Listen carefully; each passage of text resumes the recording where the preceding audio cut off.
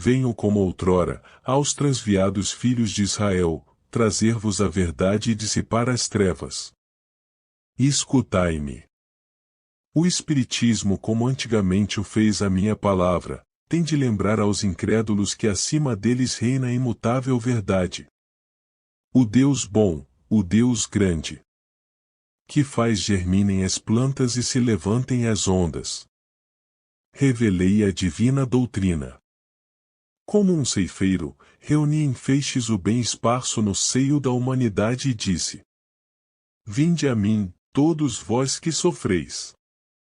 Mais ingratos, os homens se afastaram do caminho largo e reto que conduz ao reino de meu Pai, perdendo-se nos ásperos atalhos da impiedade. Meu Pai não quer aniquilar a raça humana, quer que ajudando-vos uns aos outros, mortos e vivos. Isto é, mortos segundo a carne, já que a morte não existe, vos socorrais mutuamente, e que se faça ouvir não mais a voz dos profetas e dos apóstolos, mas a dos que já não vivem na terra a clamar. Orai e crede. Pois a morte é a ressurreição, sendo a vida a prova escolhida, durante a qual as virtudes que houverdes cultivado crescerão e se desenvolverão como o cedro. Homens fracos, que compreendeis as trevas das vossas inteligências, não afasteis o archote que a clemência divina vos coloca nas mãos para vos clarear o caminho e reconduzir-vos filhos perdidos, ao regaço de vosso Pai. Sinto-me tomado de muita compaixão pelas vossas misérias, pela vossa imensa fraqueza, para não deixar de estender a mão em socorro aos infelizes transviados que vendo o céu, caem nos abismos do erro. Crede, amai, meditai sobre as coisas que vos são reveladas, não mistureis o joio com a boa semente, as utopias com as verdades. Espíritas. Amai-vos, este o primeiro ensinamento, e instruí-vos, este o segundo. Todas as verdades encontram-se no cristianismo, os erros que nele se arraigaram são de origem humana. E eis que do além-túmulo, que julgáveis o nada, vozes vos clamam. Irmãos, nada perece. Jesus Cristo é o vencedor do mal, sede os vencedores da impiedade.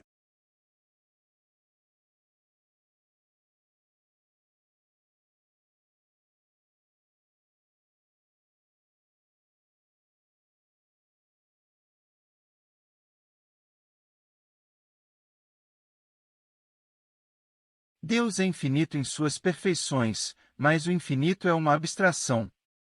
Dizer que Deus é o infinito é tomar o atributo de uma coisa pela coisa mesma, é definir uma coisa que não está conhecida por uma outra que não o está mais do que a primeira.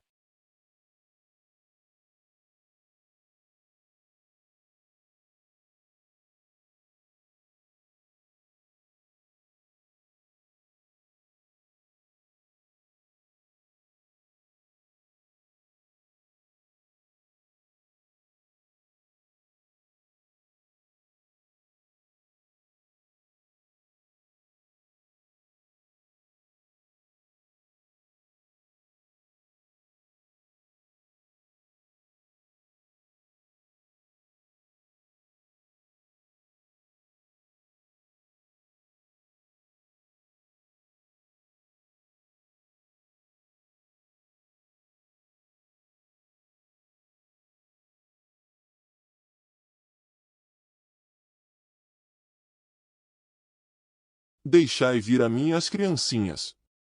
Disse o Cristo: deixai vir a mim as criancinhas. Profundas em sua simplicidade, essas palavras não continham um simples chamamento dirigido às crianças, mas também o das almas que gravitam nas regiões inferiores, em que o infortúnio desconhece a esperança. Jesus chamava a si, a infância intelectual da criatura formada os fracos, os escravizados, os viciosos. Ele nada podia ensinar à infância física, presa à matéria, submetida ao jugo do instinto, ainda não incluída na categoria superior da razão e da vontade que se exercem em torno dela e por ela. Jesus queria que os homens fossem a ele com a confiança desses seres pequeninos de passos vacilantes, cujo apelo conquistaria para si o coração das mulheres, que são todas mães. Submeti assim as almas à sua terna e misteriosa autoridade. Ele foi o facho que ilumina as trevas, o clarim matinal que tocou para o despertar. Foi o iniciador do Espiritismo, que por sua vez atrairá para ele, não as criancinhas, mas os homens de boa vontade. A ação viril está empenhada. Meus bem-amados, são chegados os tempos em que os erros se transformarão em verdades. Ensinar-vos o sentido exato das parábolas e vos mostraremos a forte correlação que existe entre o que foi e o que é.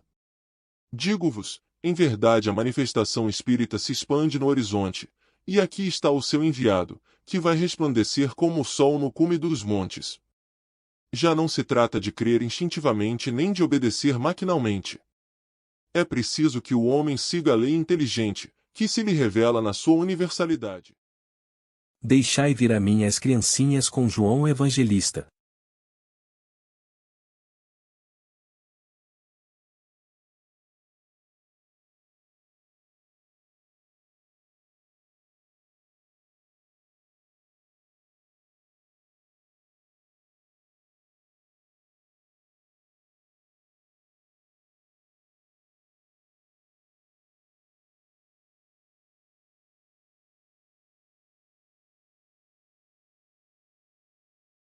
Muitas vezes dizeis ao falar de um homem mau que escapa de um perigo: se fosse um homem de bem teria morrido. Pois bem, assim falando, enunciais uma verdade, pois realmente acontece com muita frequência, que Deus dê a um espírito ainda jovem na senda do progresso, uma prova mais longa do que a um bom que receberá, por recompensa do seu mérito, a graça de sua provação ser tão curta quanto possível. Por conseguinte, quando vos utilizais daquele axioma, não suspeitais de que proferis uma blasfêmia. Se morre um homem de bem, vizinho de um malvado, logo dizeis, e antes fosse este. Cometeis um grande erro, porque aquele que parte concluiu a sua tarefa, e o que fica, talvez não haja começado a sua. Por que então, quereríeis que o mal não tivesse tempo para terminá-la e que o outro permanecesse preso à gleba terrestre?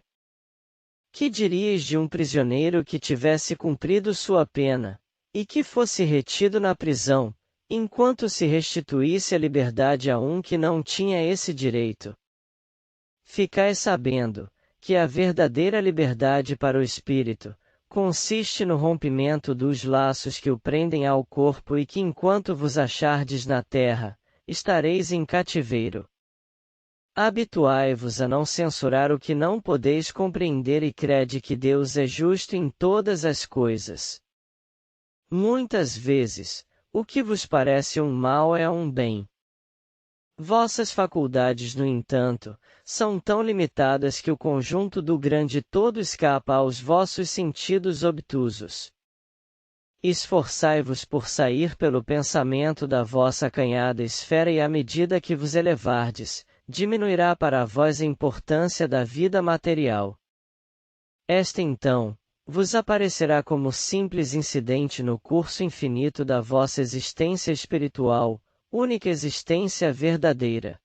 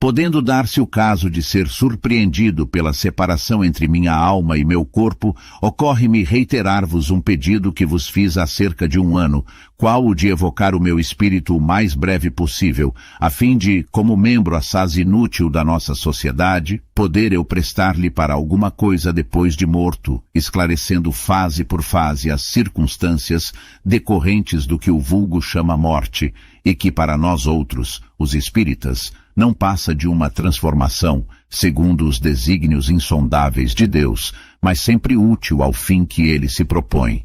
Além deste pedido, que é uma autorização para me honrardes com essa autópsia espiritual, talvez improfícua em razão do meu quase nulo adiantamento e que a vossa sabedoria não consentirá ir além de um certo número de ensaios.